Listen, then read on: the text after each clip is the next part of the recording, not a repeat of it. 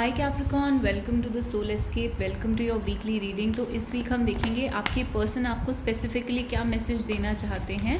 और अगर आप सिंगल हैं तो ये मैसेज आपके फ्यूचर पर्सन की तरफ से है, आपके फ्यूचर स्पाउस की तरफ से है।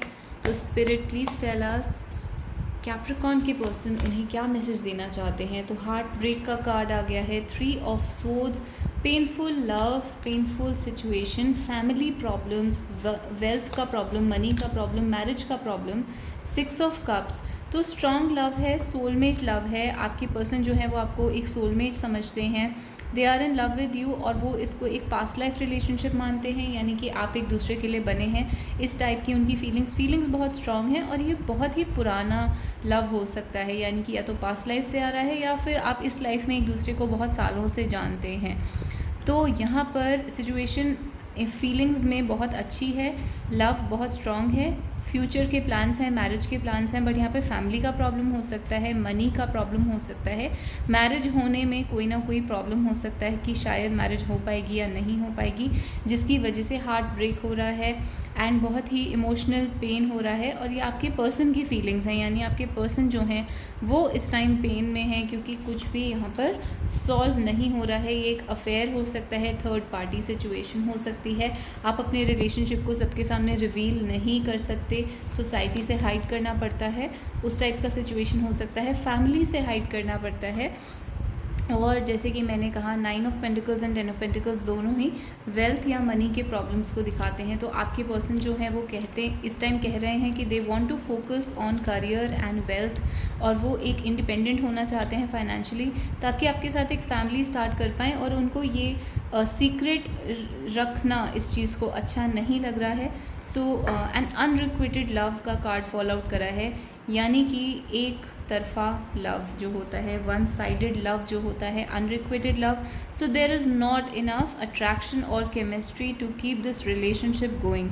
दो लोगों के बीच में या तो अट्रैक्शन या केमिस्ट्री नहीं है, या फिर एक पर्सन जो है उसकी फीलिंग्स बहुत ज़्यादा हैं और दूसरे की कम है, इस टाइप की सिचुएशन है। और आपके पर्सन इस बात के बारे में जानते हैं कि ये एक अनरिक्विटेड लव है, वन साइडेड लव है, एंड एक्सप्रेस योर लव। तो यानी कि अगर वन साइडेड यहाँ पे जो सिचुएशन अब बनी है उससे समझ में आता है कि दोनों साइड से फीलिंग्स हैं, बट आपके पर्सन को ऐसा लगता है कि सिर्फ एक ही साइड से फीलिंग्स हैं, यानी कि सिर्फ उन्हीं की साइड से फीलिंग्स हैं और आपकी तरफ से नहीं है।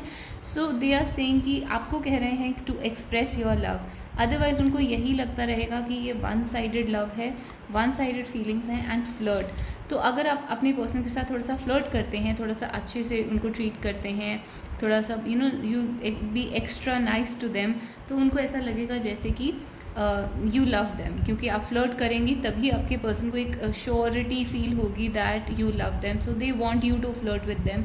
इस टाइप का मैसेज आ रहा है। One more message from your person, finances and career. जैसे कि मैंने कहा वो यहाँ पर अपने फाइनेंसेस एंड करियर के बारे में बहुत सीरियस हैं और अपने फाइनेंसेस को पहले सॉल्व करना चाहते हैं, उस फाइनेंशियल प्रॉब्लम को पहले सॉल्व करना चाहते हैं, जॉब करियर को, उसके बाद वो इस लव सिचुएशन को क्योंकि नेक्स्ट स्टेप पर ले जाना चाहते हैं, मैरिज के बारे में सोचते हैं, इसलिए सो अफेयर का कार्ड अगेन, 7 ऑफ सोर्ड्स का कार्ड आ गया है, and they can be a third party situation. एक अफेयर हो सकता है या कोई ऐसी बातें हैं जो छुपाई हुई हैं रिलेशनशिप में आपके पर्सन ने आपसे, वो आपसे डेफिनेटली ऑब्सेस्ड हैं। I think I want to marry you, जैसे कि हमने यहाँ पे डिस्कस करा, your person wants to marry you, और वो आपसे काफ़ी ऑब्सेस्ड हैं।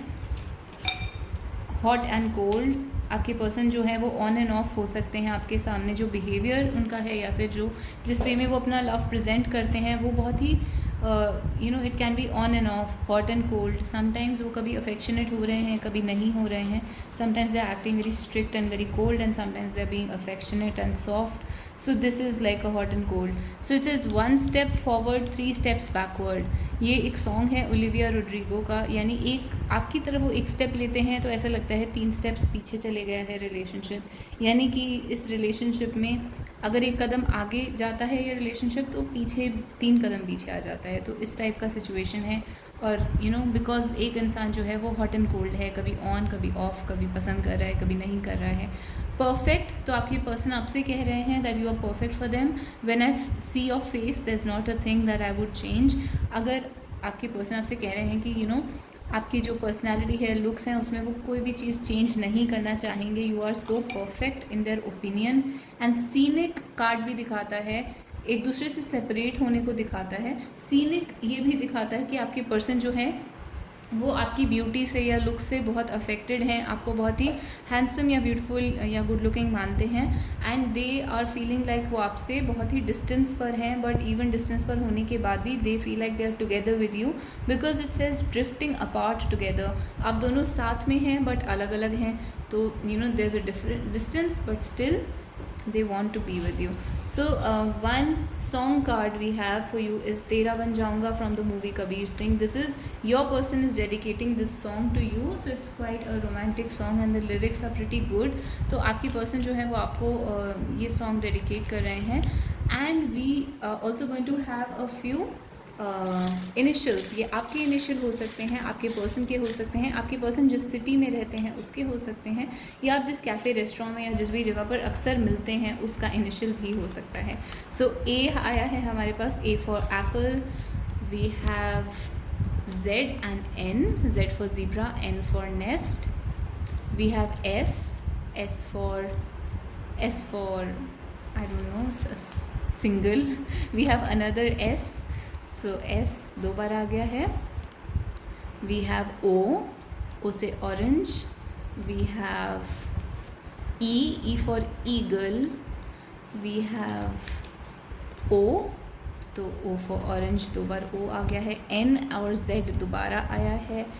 आई, we have I for ink pot. So we have also L for lazy. We have Q for queen. Let's have 3 more. Spirit give us. So we'll have 3 more. We have R for rest.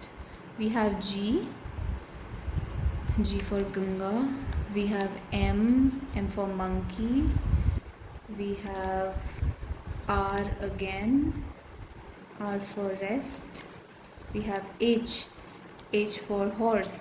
तो हमारे ये alphabets आए हैं. अगर ये alphabets आपके साथ match करते हैं, आपके पर्सन के साथ मैच करते हैं या उनकी सिटी के साथ मैच करते हैं, तो डेफिनेटली ये रीडिंग आपके लिए है. और अगर ये नहीं मैच करते तो ये अल्फ़ाबेट्स आपकी लाइफ में एक इम्पॉर्टेंट रोल प्ले करने वाले हैं. आपके फ्यूचर स्पाउस के अल्फ़ाबेट्स भी ये हो सकते हैं. सो this is your overall reading Sagittarius. If you liked it please hit like. Capricorn.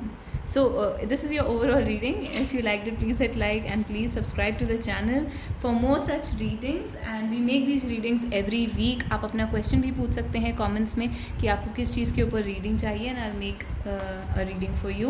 Till then, bye bye and take care, and please subscribe to the channel.